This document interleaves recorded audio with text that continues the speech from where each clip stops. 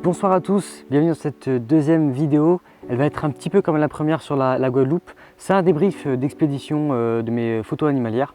Je suis parti en Bourgogne une petite semaine, on avait loué une pénichette. Une pénichette, c'est un bateau dans lequel on peut vivre, on dort, on mange et sur lequel je peux photographier les oiseaux.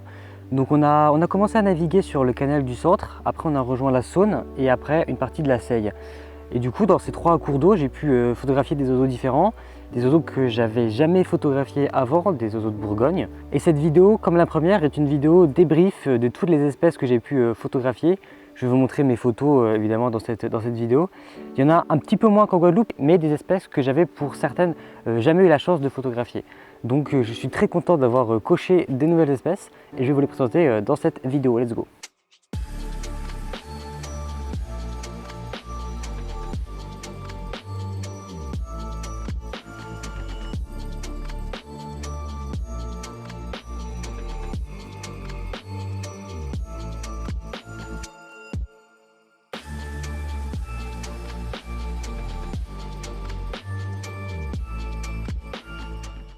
Donc je vais commencer cette présentation des espèces avec l'espèce que j'ai photographiée sur le canal du Centre.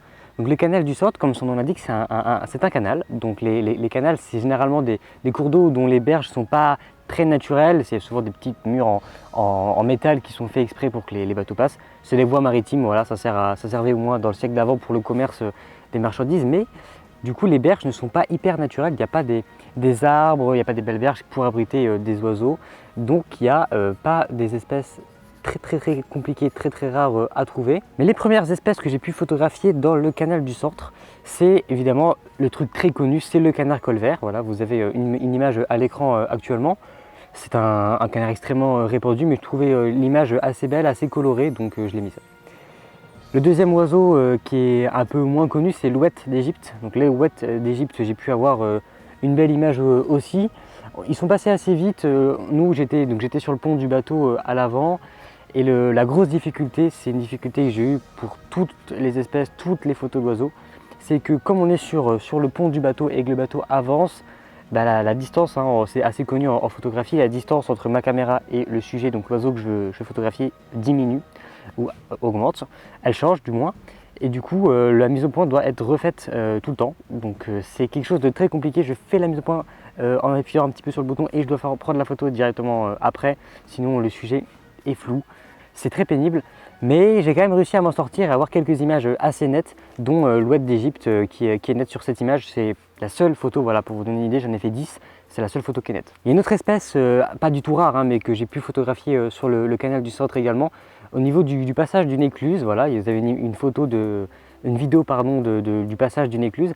Bah, c'est à ce moment-là que j'ai pu photographier une corneille noire. Voilà, c'est un oiseau assez courant, assez commun, mais il faut savoir des fois, je pense, apprécier la beauté des oiseaux peu rares, des oiseaux courants à leur juste valeur. Voilà, c'est pas si on les croise tout le temps, même les pigeons des villes, là, en fait, on se rend compte qu'ils ont des couleurs incroyables, alors que c'est des oiseaux qu'on ne prête pas attention au quotidien. Donc ça, c'est un point, voilà, que je voudrais évidemment clarifier. Bien, alors maintenant nous arrivons sur la Saône. Nous avons passé une écluse de 11 mètres, c'était assez impressionnant. On rentre avec le bateau et on descend 11 mètres, les murs sont hyper hauts, c'est hyper impressionnant. Et donc après cette écluse, on arrive dans la Saône. La Saône, c'est une rivière bien plus large que le canal, avec des berges plus sauvages, plus d'espèces d'oiseaux. Et la première espèce, qui n'est pas celle qu'on voit tout de suite, mais qui est la plus importante pour moi sur la Saône, c'était le martin pêcheur. Donc le martin pêcheur, c'est une espèce d'oiseau bleu vif, petit, hyper rapide, hyper stylé, qui a des couleurs bleues et orange incroyables. Il mange des poissons, comme son nom l'indique, des petits poissons. Mais il est très rapide, très vif, compliqué à prendre en photo. Il y a quelques images là que j'ai réussi à faire, ça fait plusieurs années. En vrai, ça fait au moins 2 ans que je le traque, mais c'est galère de l'avoir de proche. Le mieux pour faire le martin pêcheur, je le sais, c'est un affût, c'est-à-dire se cacher de la vue du martin pêcheur près d'un endroit où il se pose régulièrement. Et là, et du coup, espérer qu'il vienne se poser sur la broche que vous avez repérée pendant que vous l'attendez. Et là, vous pouvez faire une photo, une belle photo, une photo plus proche du martin pêcheur. C'était pas le cas du tout ici, hein. J'étais sur un bateau, donc en passant assez vite, je l'ai d'un peu loin, mais je l'ai quand même. Bien, maintenant, nous arrivons dans une de mes grandes familles d'oiseaux préférées. C'est un échassier. Il s'agit de la grande famille des hérons. Les hérons, ça fait maintenant plusieurs années que je les traque. J'en ai fait plusieurs espèces. J'en ai fait en Guadeloupe, j'en ai fait en France métropole. Mais j'ai pu checker une nouvelle espèce d'héron que je n'avais jamais photographié avant en Bourgogne.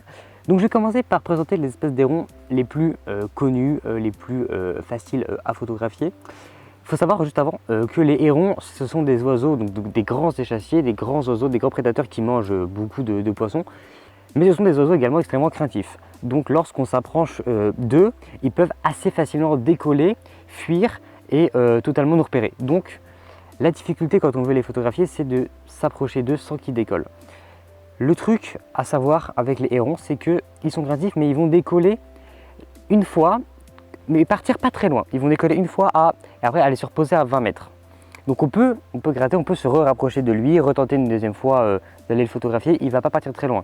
Néanmoins, si vous le faites une ou deux fois, l'héron ça va le saouler très vite, et il va redécoller et là il va partir très loin. Il va tracer les kilomètres, donc tu le verras plus malheureusement. Mais du coup, avant qu'il décolle très loin, on peut le photographier évidemment. Et c'est les photos que j'ai réussi à faire. Donc il y a un héron cendré au début, voilà, c'est l'espèce la plus courante, on l'appelle également le grand héron. On le voit en train de voler, posé, et c'est un héron gris, c'est un héron avec une petite huppe à l'arrière également, qu'on voit des fois.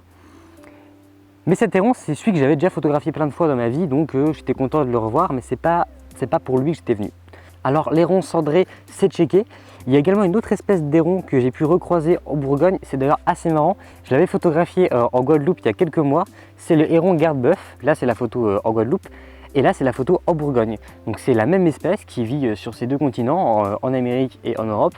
Et je l'ai revu, ils étaient plusieurs, et en vrai j'en ai vu beaucoup, hein. Ils étaient plusieurs sur la même branche où on en croisait assez souvent. Un autre type d'héron, si on peut appeler ça un héron, c'est l'aigrette garzette. Donc c'est une aigrette. Hein. L'aigrette garzette, c'est un oiseau également blanc, avec le bec un petit peu gris, les pattes gris aussi, plus grand que l'héron garde-bœuf. Et ça, je l'ai vu une fois au bord de la Saône, dans les herbiers, au bord des roselières. Voilà.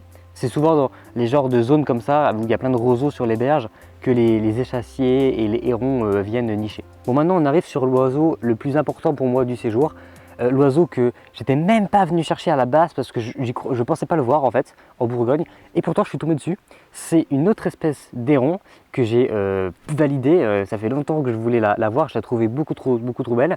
C'est l'héron pourpré. Alors l'héron pourpré, il y a un an je le connaissais pas du tout, mais c'est quasiment le même modèle que l'héron cendré, mais avec des couleurs différentes, des couleurs plus brunes, avec un peu plus de nuances de gris que l'héron cendré, brune, tu rajoutes un petit peu de noir, de blanc, et c'est un oiseau que je trouve magnifique. J'ai photographié à deux reprises, j'en ai photographié un adulte au milieu d'un herbier au niveau d'un pré. Il était debout, on voit là sa tête, son long cou, toutes ces couleurs, ça c'est l'adulte.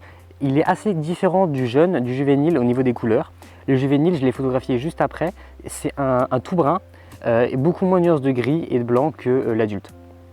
Donc la photo du juvénile, je vais revenir parce qu'elle était incroyable.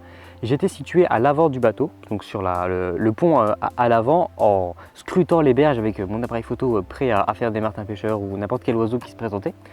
Et d'un coup, je vois sortir des nénuphars une masse un peu grise et un peu brun. Donc je me dis, qu'est-ce que c'est que ça? Je regarde un petit peu et je vois que c'est un héron pourpré. Donc là, mon cœur il s'accélère, il s'emballe. Je me dis, c'est trop bien, il faut que je le photographie, il ne faut pas que je le rate. Et je vois qu'il a dans son bec un poisson et que j'arrive à identifier. Je vois qu'il a un black bass dans le bec.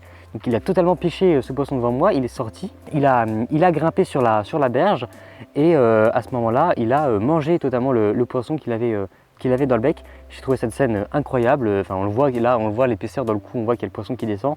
C'était une rencontre incroyable et c'était donc un héron pourpré juvénile. Voilà, pour ceux qui ne le savent pas et pour la petite info supplémentaire, j'avais photographié une espèce d'héron en Guadeloupe qu'on ne trouve pas ici, c'est l'héron vert. Voilà, je vous remets une petite photo, c'est gratuit. Ça, c'est un héron qu'on trouve en Guadeloupe et dans les Grandes Antilles. Voilà, mais qu'on ne trouve pas ici. Donc ça complète ma collection, ma grande collection des hérons que j'ai photographiés. Voilà, si cette vidéo vous a plu, n'hésitez pas à mettre un like ou à la partager, il n'y a aucun souci là-dessus.